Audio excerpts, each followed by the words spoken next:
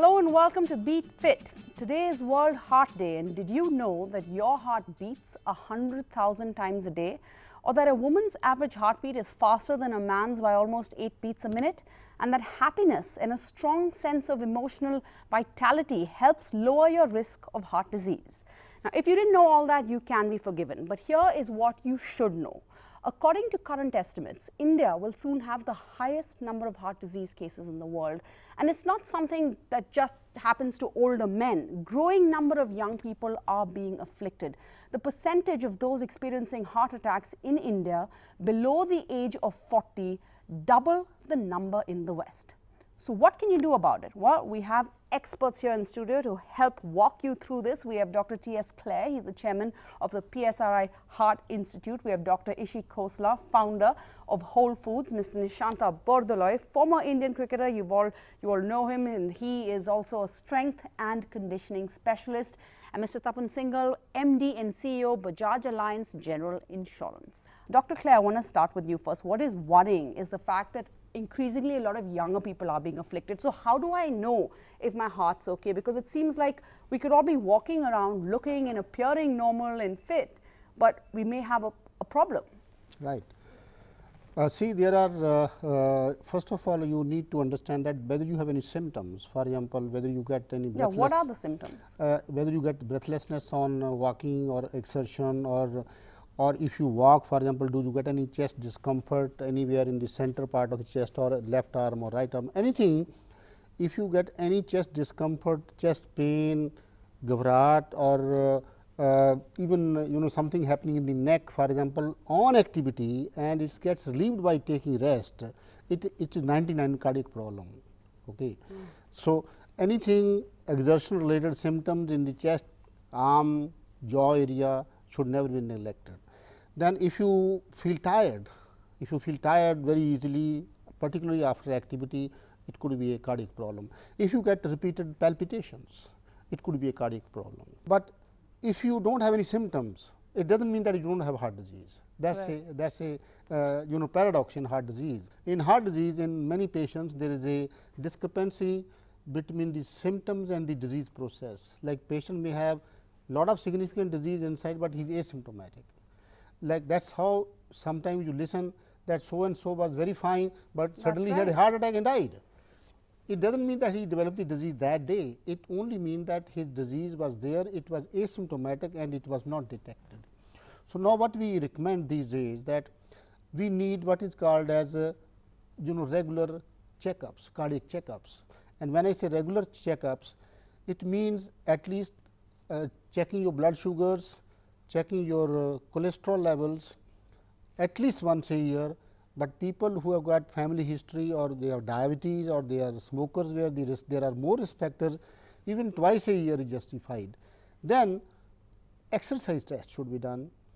For people more than 40 years of age or more than 35 years of age, I would say a exercise test every 2 years is justified. But if you have again a family history of disease, or you are a diabetic, it should be done every year. If it's much more in urban areas than rural areas, Ishi, is this a diet, a lifestyle, is this a nutrition problem? I think it's multifactorial, and I think everything, we can't isolate just one. The importance of, however, diet, I think, and lifestyle is huge. Genetics do play a role, but genetics don't change, so the steep epidemic and the huge numbers that we're experiencing, the exponential rise among youngsters, it tells us that something is wrong with the way we are living today. And the way I see it, of course, exercise, physical activity is there, but I'll give you an example of one of my patients who was about 35 when he came to me, and he was at his peak fitness. He was a gym goer, and he was like into supplements and bodybuilding, and he was not overweight. And he got a heart attack. Now that's scary. Yeah, yeah.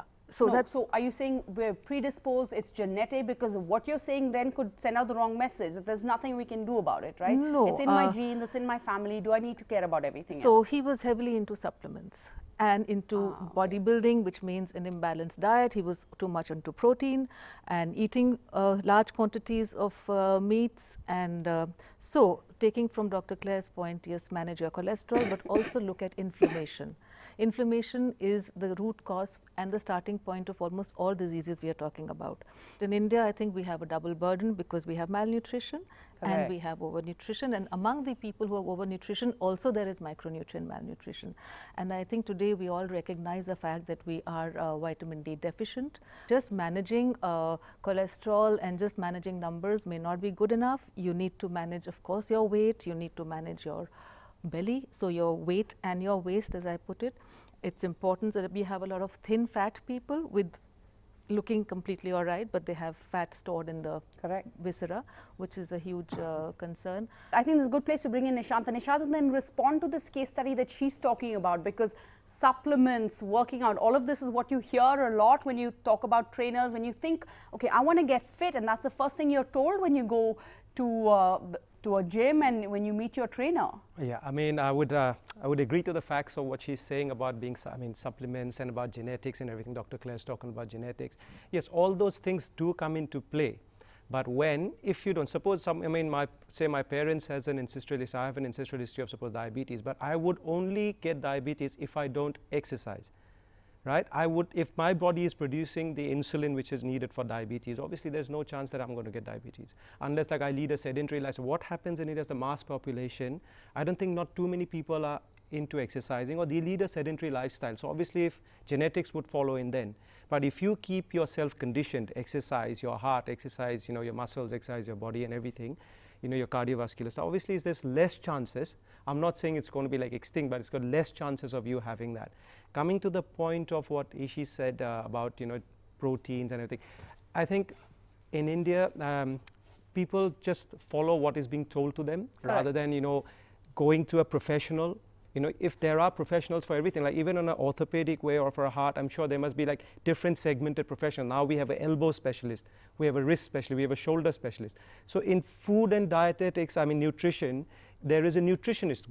Don't, because I'm a trainer, I'm saying you need to have protein. Okay, but are all the trainers qualified enough to give you that nutritional facts to know? Have they done a test on you? Have you had a blood test, and have you had a gene test done? Do you know what your body can accept, what your body can't accept? So all those factors come into play before you just jump into any protein supplements and everything. So there is an industry that is pushing it. We need to be aware of it and make sure we don't become victim to them. But let me see if I can pit you both against each other. What's more important? Is it exercise or diet? Both go hand in hand. You cannot just say that I've not seen people say, oh, I'm going to become not eating. A lot of people in India, especially when I talk to people, say, oh, I'm dieting. For them, dieting means not eating. For me, dieting means maintaining a healthy diet. Some people diet a healthy way to lose weight. Some might do to maintain a weight. Some might do to build muscle. Some might do to gain weight. So it depends what is your ideology of diet. Right. But so Tapan, we're saying on one hand, we're genetically predisposed to this. On the other hand, Dr. Claire is saying you need to de-stress. How does one de-stress in today's lifestyle? It's just really tough. It's probably the toughest thing to do. So in that case, there are certain things that we can control, that's in our hands.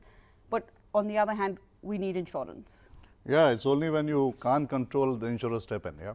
Now, there's only one question, and we have an amazing panel here, that if I do what all they have said, I'll never have a heart attack. Can any of them guarantee that? No.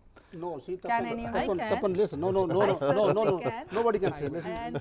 No, so but I don't take away the role of the divine. No, whatever you do, if you listen to the so-called experts available, if you do everything, even then you can get heart disease and you can get a heart attack. But your chances of getting heart attack and the heart problems are much less if you listen to these. Exactly, and that's the point. I would second that. Yeah. What he's saying is exactly, I would second that. The chances would obviously go down. Exactly, and that is the point. Chances doesn't become zero. And when chances doesn't become zero, you better have an insurance. You better have a backup. Yeah, and the reason for that is, and it's actually pretty sad. To get a feel of this, stand in a hospital billing counter. And you'll see that about 80% don't have insurance, and about half of them are selling jewelry, taking loans, or mortgaging their house to pay for that. While the reality was, if they had paid for insurance, which cost not more than a couple of dinners with their friends for the entire year, it would not happen. And the second sad part as the insurer I see is that when you don't have an insurance cover, you delay taking right I think, advice or going to the doctor. And if you do also, you don't go to the level that you should have gone. The biggest chance of survival is if you are able to take the best treatment. Even the worst case scenario, chance of survival is very high. So it's a vicious circle. You don't have insurance, you keep putting it off, it keeps getting worse. And to me, that is the biggest social issue. Not having insurance is not about just business. It's a very, very big social issue. 90% of Indians who can afford insurance don't have insurance cover. And I just don't understand why. Because when something goes wrong, at that point in time, if you have insurance cover, you get the best of treatment. Your chance of survival is the highest. Well, why is that? Because you see abroad, in America, for example, it's part of the norm. Yeah. It's part of your culture. Even companies provide healthcare. Why is India different? So if you look at, sorry, you want to say something? If I have to tell you, Yeah. you know, I am very disappointed. Even I have treated many patients who are LIC agents. They don't have health insurance. Yeah. I mean, it's really disappointing. Because he said very rightly, you know, if you have a proper healthcare today in the world, your chances of a fruitful long life are much better, and I prove it. In Rwanda, the longevity of life today is 49 years. In Monaco, it is 87 years. So you can imagine that if you are born in a country like Rwanda with healthcare very, very poor, versus in countries where the healthcare is very good, your chance of living in this world are 40 years more. Can you imagine? So that our concept in India that Bhagwan has written the age कि जी जितनी है तो है, it is totally wrong. We can prolong life of people today with modern science and modern technology. So that's the point. But Tapan, let's talk specifics, Yeah. right? The fact that we're saying we're genetically predisposed to it, if you have a predisposed condition, can you actually get an insurance policy? Will you truthfully give someone insurance if they confess to you openly that, look, this is my family history? You ask all those questions, so family history is fine. I think that is not the worry. The worry is that if you come for insurance when you already have been detected, it's too late. So get insurance early on in life. Yeah, get early on in life, and you'll be amazed. Like, just costs about 3,000–4,000 rupees a year to get a good cover. How expensive is that? Something we all need to think about. Why is it that we can get insurance for our cars but not for ourselves? We're going to go in for a short break. Let's make sure when you're not one of those who are hit when things go wrong. We'll come back, get closing arguments from everybody on how we can look out for ourselves best. See you in a few minutes.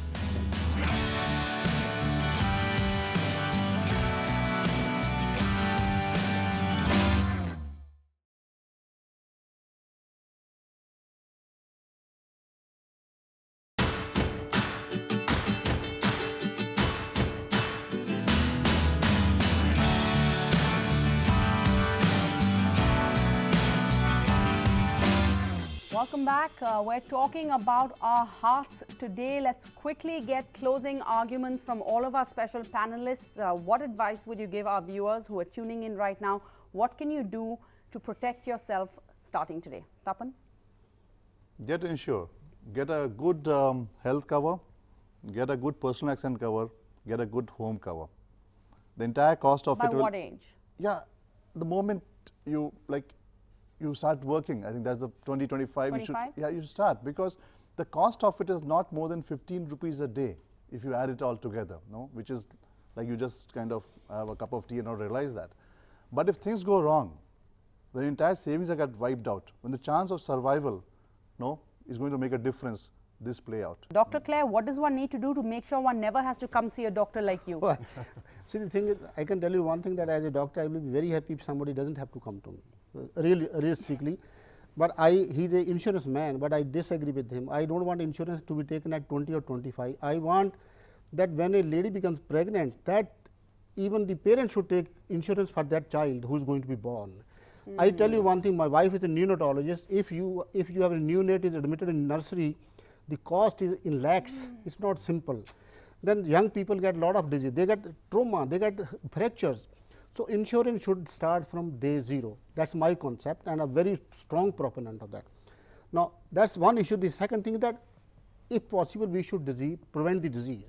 See, bad thing is that in our country, even the doctors, like we are at fault, the government is at fault, we have not given proper emphasis to prevention of disease.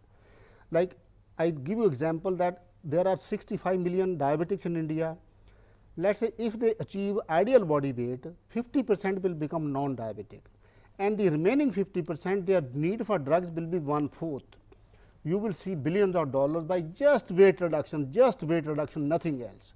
If you do weight reduction, if you do exercise, if you don't smoke, if you control your hypertension, diabetes properly, and if you keep your mind little peaceful, do some meditation, yoga, I think you can prevent a disease, not only heart disease, but you can prevent all kind of diseases in the body. All right. Ishi, closing arguments, you are what you eat? Yes, absolutely, and I believe that the best insurance comes from eating right, which is really not very expensive. And I would totally believe that. And if you really look at epidemiological studies and observational studies from populations who have lived or who have the maximum number of centenarians over 100 years, it really is not complicated stuff. And what to eat is a question, and I think the whole low-fat brigade, which started with the epidemic of heart disease, needs to be re-looked at. We need to, what has happened with low fat is our carbohydrate intake in fact has gone up. Rather, I mean, that is one of the risk factors, because as it is in India, we have high carbohydrate diets because we are grain centric and we are agricultural economy.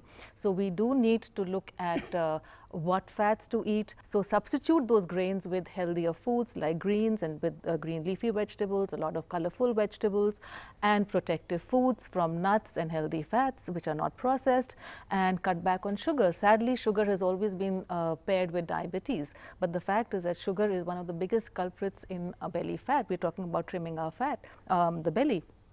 So it is a high glycemic food, and sugar finds its way everywhere. Into, yes. So we need anything to, you buy in a supermarket. yeah, so and any celebration sauce. is sugar. So we need to understand that, you know, certain amount of vegetables should be taken raw, which we don't. You know, everything is cooked and overcooked. So at least 50% of your vegetables should be raw.